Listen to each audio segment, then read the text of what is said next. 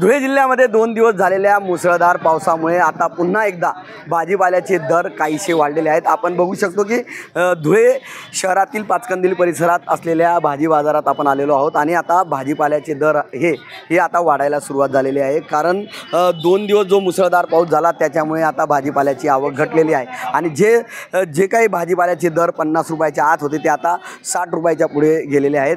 गेल्या काही दिवसापासून मोठ्या प्रमाणामध्ये आवक झाल्याने वांगे असतील, काकडी असेल, त्याचबरोबर कटरले असतील, भेंडी असेल, मिरची असेल यांचे दर कमालीचे घसरले होते। त्यानंतर मात्र आता पुन्हा एकदा या ठिकाणी आता भाजीपाल्याचे दर वाढलेले आहेत।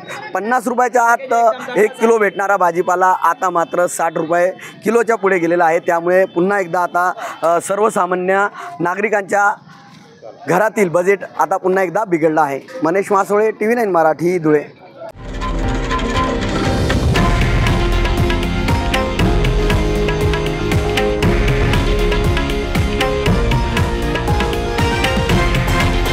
हे आहे देशातील नंबर 1 न्यूज नेटवर्क आणि आपण पाहत आहात TV9 मराठी, एकमेव।